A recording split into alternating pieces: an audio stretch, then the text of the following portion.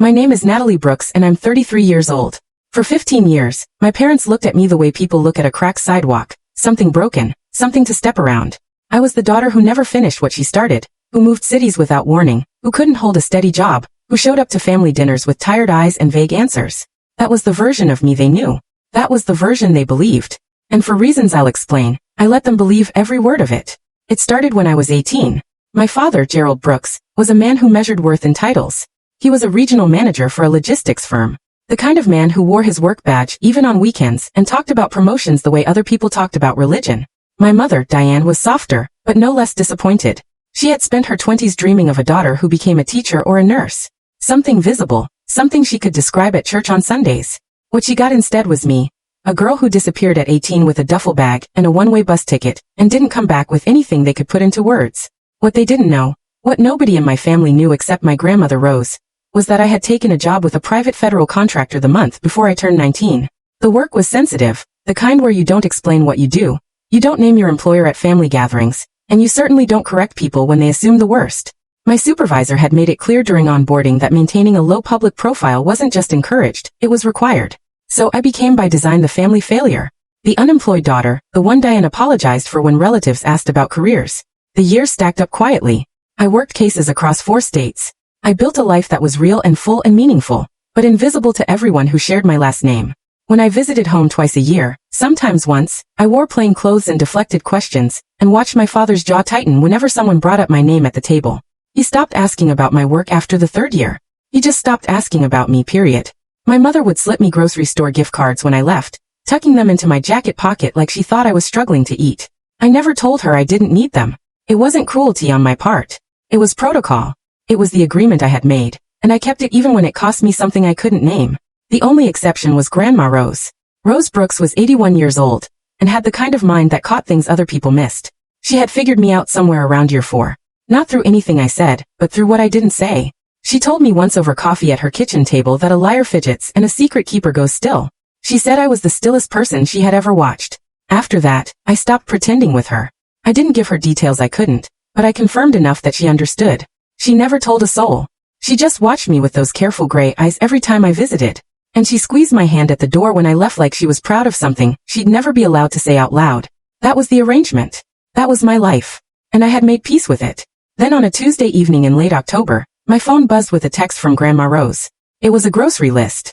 That doesn't sound like much, but Grandma Rose had not sent me a grocery list in 11 years. Not since I'd shown her during a visit the phrase-based distress system I used when I was in the field. I had taught it to her as a joke almost, a way to feel connected to what I did without breaching anything sensitive. She had laughed and written it down on a notepad. I had assumed she forgot. The list read milk, bread, the good butter, apples, 6 not 8. 6 not 8. That was it. That was the signal. It meant I need help. Something is wrong. Come now. Do not call ahead. I was out of my apartment in 4 minutes. I don't say that to be dramatic. I'm telling you what happened. I grabbed my badge, my backup credentials, and my jacket, and I ran the math on the drive to my parents' house where Grandma Rose had been staying since September. 26 minutes if I pushed it. I called in a welfare concern to the county dispatch on the way, gave the address, kept my voice flat and professional, and asked for a unit to meet me. Exactly 30 minutes after I read that grocery list, I pulled up to my parents' front door with 2 police officers beside me. The lights in the house were on. My father's car was in the driveway. Everything looked ordinary. It wasn't. I knocked once. When no one answered, I nodded to the officers and we went in.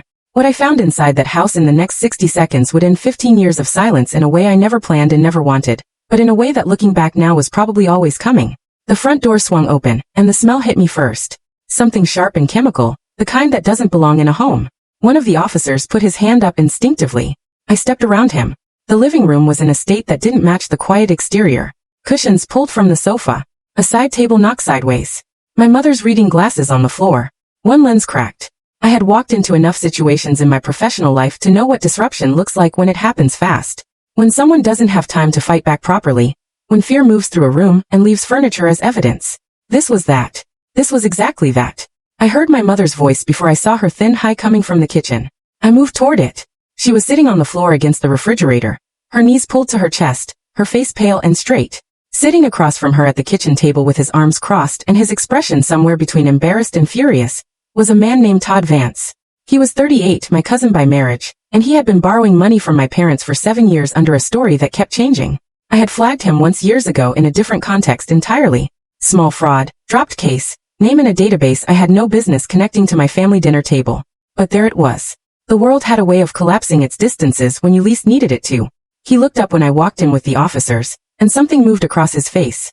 Recognition, then calculation, then something that tried to be innocent and landed nowhere near it. He said my name like a question. I didn't answer him. Grandma Rose was in the back bedroom. She was sitting upright on the edge of the bed with her hands folded in her lap, and the expression of someone who had done what needed to be done, and was now simply waiting for the rest of the world to catch up. She looked at me when I came through the door, and said very quietly, "I knew you'd understand the list." I sat beside her and took her hands, and for a moment I couldn't speak. Not because I was overwhelmed. I was trained past overwhelmed, but because she had trusted me across 11 years of silence and a grocery list, and she had been right too.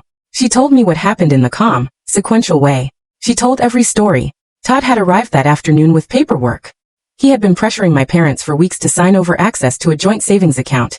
Money my father had set aside over decades. Money they were living on carefully. Money that was not Todd's in any version of any story he could construct.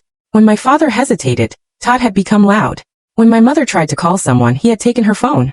Grandma Rose had slipped into the bedroom under the excuse of her blood pressure medication, and sent me the list from her own phone. The old one she kept in her cardigan pocket that nobody thought to check, because nobody thought to worry about a quiet 81-year-old woman reaching out across 11 years with a signal that only one person in the world would understand. I went back to the kitchen. The officers were already handling the formal side of things. I pulled my credentials, not the ones I carried for social occasions, but the real ones, the federal ones, and I spoke to the senior officer for about 90 seconds. He looked at the credentials. He looked at Todd. The tone in the room changed in a way that was immediate and total. Todd was taken out of the kitchen in handcuffs 14 minutes after I walked through the front door. My mother watched it from the hallway. She had a dish towel in her hands that she'd picked up from the floor without thinking, wringing it slowly the way she did when she was trying to hold herself together. After the door closed behind them, the house went very quiet. She looked at me, really looked the way she hadn't in years, and she said, "Natalie, what is your job?" I sat down at the kitchen table. I said, "Sit down, Mom. I'll explain what I can." My father came in from the hallway and sat without being asked. He was a man who had never once in my adult life looked uncertain. He looked uncertain now. He looked like someone recalculating something large and important. He didn't speak for a long time. When he finally did, he didn't ask about my work or my credentials or the officers. He said, "How long have you been doing this?" I told him 15 years.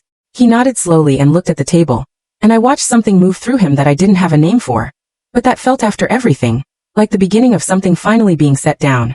Grandma Rose came to the kitchen doorway and leaned against the frame and looked at the three of us with the satisfied expression of someone who had known how this story ended long before the rest of us caught up. My mother reached across the table and took my hand without a word. My father cleared his throat twice and didn't say anything. And that was from him everything.